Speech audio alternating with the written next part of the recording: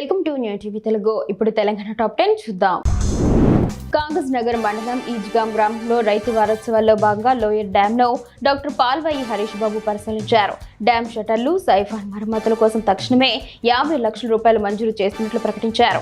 వర్షాకాలానికి ముందే పనులు పూర్తి చేసి రైతులకు ఊరట కల్పించాలని ఇరిగేషన్ అధికారులను ఆదేశించారు. కొమరం భీం ఆడా ప్రాజెక్టు కాలువ భూసేకరణకు 5 కోట్ల రూపాయలు విడుదల చేయించామని, వచ్చే వానాకాలానికి సాగునీరు అందిస్తామని తెలిపారు.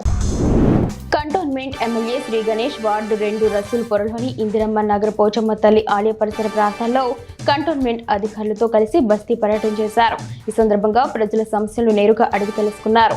చిన్న సమస్యలను అధికారుల దృష్టికి తీసుకువెళ్లి వెంటనే పరిష్కరించాలని ఆదేశించారు. నవ కంటోన్మెంట్ నిర్మాణ బాటలో భాగంగా ఈ పర్యటన జరిగింది. యాదాద్రి భువనగిరి జిల్లా భువనగిరి పట్టణంలోని ప్రగతి నగర్ వార్డులో ఇందిరమ్మ ఇళ్ల గృహ ప్రవేశ కార్యక్రమంలో ఎమ్మెల్యే కుంభం అనిల్ కుమార్ రెడ్డి పాల్గొన్నారు. అర్హులైన ప్రతి కుటుంబానికి సొంతింటి కలను సాకారం చేయడమే ప్రభుత్వ లక్ష్యమని, సంక్షేమ పథకాలతో పేదల జీవన ప్రమాణాలు మెరుగుపడుతున్నాయని ఆయన పేర్కొన్నారు. ఇందిరమ్మ ఇళ్ల పథకం ద్వారా అనేక కుటుంబాలకు శాశ్వత నివాస సౌకర్యం కల్పిస్తున్నామని తెలిపారు. మెదక్ జిల్లా పాపన్నపేట మండలంలోని నాగసానిపల్లి గ్రామంలో ఉన్న శ్రీ ఏడుపాయల వనదుర్గ భవాని అమ్మవారి ఆలయంలో అమ్మవారిని ప్రత్యేకంగా అలంకరించారు. ఈ సందర్భంగా ప్రత్యేక పూజలు, అభిషేకాలు, హారతులు నిర్వహించారు. హైదరాబాద్ లో జరిగే ప్రధాని మోదీ సభకు బెల్లంపల్లి నుంచి బీజేపీ శ్రేణులు ప్రత్యేక రైలులో తరలి వెళ్లారు. ఈ సందర్భంగా నాయకులు మాట్లాడుతూ తెలంగాణ రాష్ట్రంలో వచ్చే ఎన్నికల్లో బీజేపీ అధికారంలోకి వస్తుందని, డబుల్ ఇంజిన్ సర్కార్తోనే అభివృద్ధి సాధ్యమని ఆశాభావం వ్యక్తం చేశారు.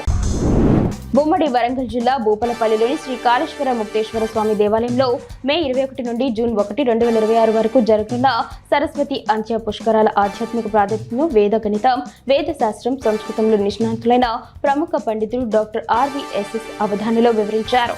ఈ పుష్కర మహోత్సవాల్లో పాల్గొని భక్తులు పుణ్యఫలాన్ని పొందాలని ఆయన కోరారు. హైదరాబాద్ గోషామహల్ ఎమ్మెల్యే టి రాజా సింగ్ తన పార్టీ మార్పుపై వస్తున్న పుకార్లను ఖండించారు. ఆయన మాట్లాడుతూ పార్టీలోని పాత నాయకులు అహంకారం విడిచిపెట్టినంత వరకు నేను బీజేపీలో చేరడం వల్ల ప్రయోజనం లేదు అని సంచలన వ్యాఖ్యలు చేశారు. ప్రస్తుతం పార్టీ మార్పుపై ఎలాంటి ఆలోచన లేదని ఆయన స్పష్టం చేశారు. సోషల్ మీడియాలో జరుగుతున్న ప్రచారం అవాస్తవమని ఆయన కొట్టిపారేశారు. సికింద్రాబాద్ పరేడ్ గ్రౌండ్ లో ఆదివారం జరిగే ప్రధాని నరేంద్ర మోడీ బహిరంగ సభను విజయవంతం చేయాలని మహబూబ్ నగర్ ఎంపీ డీకే అరుణ పిలుపునిచ్చారు. శనివారం ఆమె మాట్లాడుతూ 5 రాష్ట్రాల ఎన్నికల తర్వాత పశ్చిమ బెంగాల్లో బీజేపీ ప్రభుత్వం ఏర్పడిన అనంతరం ప్రధాని తెలంగాణలో అడుగు పెడుతున్నారని, రాబో ఎన్నికల్లో రాష్ట్రంలో బీజేపీని అధికారంలోకి తీసుకురావడమే ప్రధాని లక్ష్యమని తెలిపారు. బెల్లంపల్లి మున్సిపాలిటీలో కోఆప్షన్ సభ్యుల ఎంపిక ప్రక్రియను వెంటనే పూర్తి చేయాలని కౌన్సిలర్ మధు డిమాండ్ చేశారు.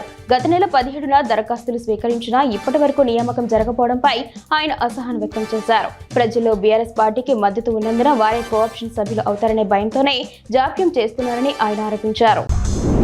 జిల్లా వ్యవసాయ సహాయ అధికారి తాతారావు పినపాక రైతు వేదికలో మాట్లాడుతూ రైతులకు 50% రాయితీతో వ్యవసాయ పనిముట్లు అందజేస్తున్నట్లు తెలిపారు.